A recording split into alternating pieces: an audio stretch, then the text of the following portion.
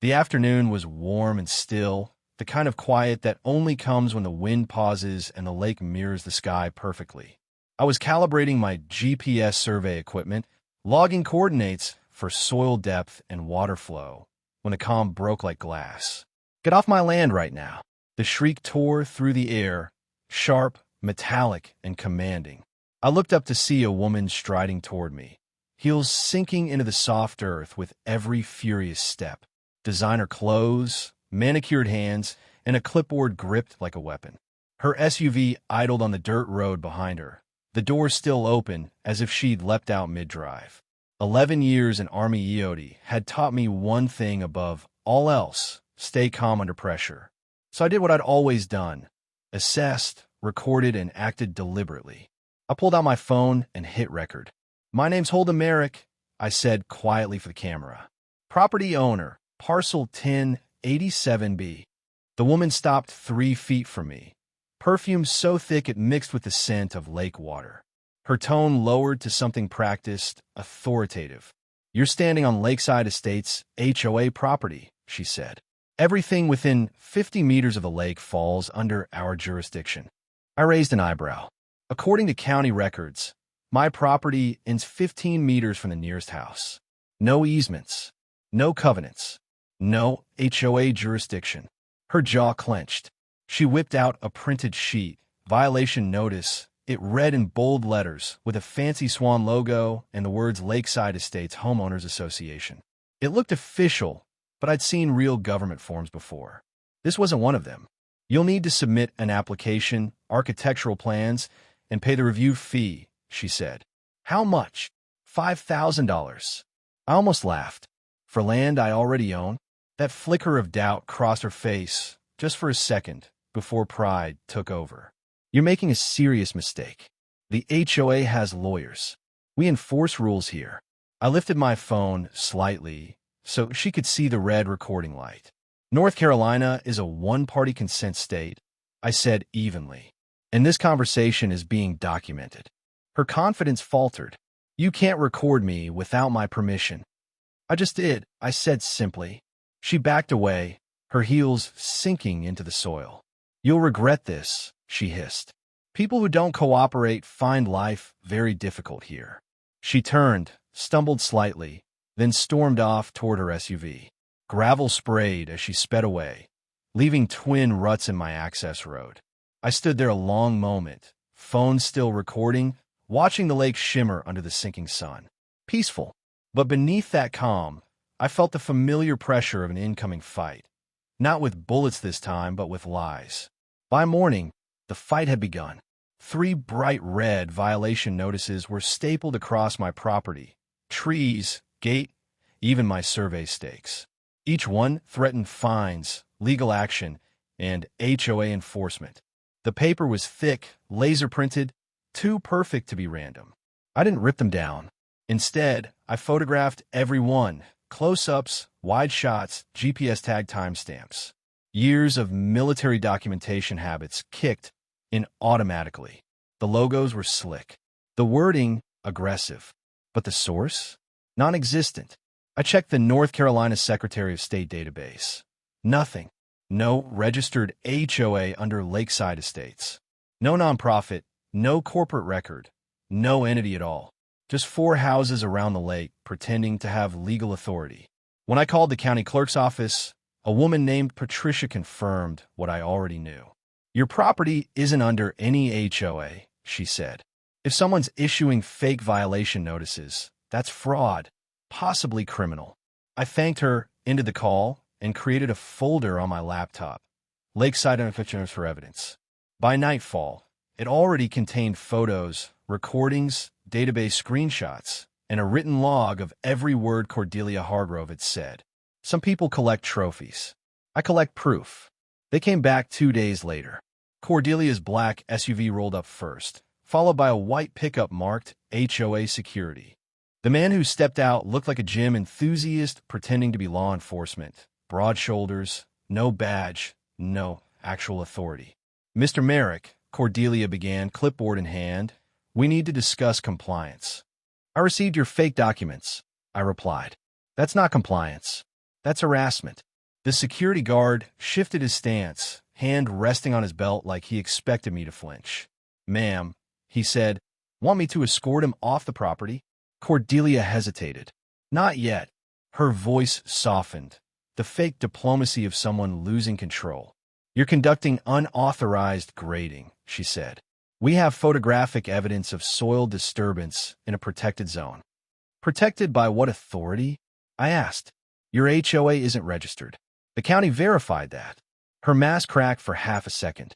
Then she smiled again, brittle and forced. We operate under community precedent. I hit the record button on my body cam. Then this will be useful precedent, I said quietly. The security guard stepped forward. You can't record us. Private property, I said. You're trespassing. Leave, or I'll call the sheriff. Cordelia's expression hardened. You'll regret this, Mr. Merrick. You're making life harder than it needs to be. No, I said. You are. Her voice rose. We've worked hard to preserve the character of this community. You can't just move here and not obey rules you invented. I finished for her. You've crossed into extortion territory, Mrs. Hargrove. False legal notices. Harassment. Threats. For a moment, she was speechless. Then she turned on her heel and stormed off again, her security guard following without a word. I watched their vehicles disappear down the road, then checked my camera. Perfect audio. Clear visuals. Every word preserved. For 3 days, nothing happened. I allowed myself to think maybe she'd backed off. Then came the motion alert. It was 11:37 a.m. I was hundreds of miles away on a geological survey when my phone buzzed. I opened the live camera feed and froze. 2 men in jeans and plain white shirts stood at my gate. One produced a bolt cutter, snapped the lock clean off, and they both drove inside. They planted a bright orange stake labeled HOA boundary marker in the center of my land. They took pictures, then drove away, leaving my gate swinging open. I downloaded the footage, saved it to 3 encrypted cloud backups, and called the sheriff's office immediately. Deputy Walsh met me when I returned that evening. He was young but sharp, the kind who paid attention. He watched the video twice, took notes, and shook his head. That's criminal trespass, he said flatly, and damage to private property. You said you've had prior issues with this HOA president? Cordelia Hargrove, I said. She sent fake legal notices and made threats. He noted everything down. We'll open a case. I'll run the license plate from the footage. As he drove away, the orange stake stood out against the fading light like a flag. Not of victory, but of arrogance. I didn't touch it. It would stay exactly where it was as evidence. That night, I called her. She answered on the 3rd ring, voice tight. Yes. Mrs. Hargrove, this is Holden Merrick. 2 men trespassed on my property today. They broke my gate and planted fake markers. The sheriff's office is investigating. Silence. Just her breathing. Then, I don't know what you're talking about. The vehicle used is registered to a real estate company connected to your husband, I said. More silence. Then a weak attempt at justification. They were legitimate surveyors verifying boundaries. Without a permit? Without my consent? That's criminal. Her tone hardened. You're being paranoid. Nobody's targeting you. If you'd cooperated, none of this would be necessary. There it was, the truth she couldn't hide anymore. This was deliberate. I'm building a fence tomorrow, I said evenly, along the exact legal boundary established by a licensed surveyor. If you or anyone on your behalf interferes, I'll pursue civil and criminal charges. You can't build that fence there, she blurted, and then stopped herself. Through what, Mrs. Hargrove? I asked. Click. She hung up. I smiled slightly and saved the recording. Her panic told me everything I needed to know. Late that night, I spread my survey documents across the dining table, tracing the lines with a penlight. The official plat map showed my boundaries clearly, and they cut directly through a section of Cordelia's backyard. 2 meters of manicured lawn, part of her stone patio, even the corner of her garden shed, all sitting on land that didn't belong to her. For years, she'd been living with her property extending illegally beyond its limits, treating public easement and neighboring land as her own. That's why she fought so hard. That's why she'd sent notices, guards, and threats. The HOA rules were a smokescreen for one thing: hiding her encroachment. I leaned back in my chair and let out a slow breath. This wasn't about control. It was about exposure. And tomorrow morning, when that fence went up, the entire lie would unravel in plain sight. By dawn, I'd already called 3 contractors. The third one, a small family crew, could start immediately. The foreman, a wiry man named Calvin, showed up just before sunrise. 6-foot cedar fence, he said, scanning the map. We'll follow this exact line. Exactly to the centimeter, I confirmed. Legal boundary, verified by the county. He nodded. Weather's good. We'll have it done in 2 days. I paid the deposit and handed him the stamped county permit. Everything above board, everything by the book. That fence wasn't just wood and nails. It was evidence, physical proof of where her property ended and mine began. Before the crew started, I placed 2 printed copies of the county's land plat in clear sleeves at the gate, each labeled public record reference. Anyone who came snooping would see that I wasn't hiding anything. Cordelia's lies, however, were about to be very public. At 6:55 a.m., 3 trucks rolled up my access road. Tools rattled, saws buzzed to life, and the scent of freshly cut cedar filled the morning air. I walked the line beside the foreman, GPS unit in hand, confirming each post location matched the legal boundary.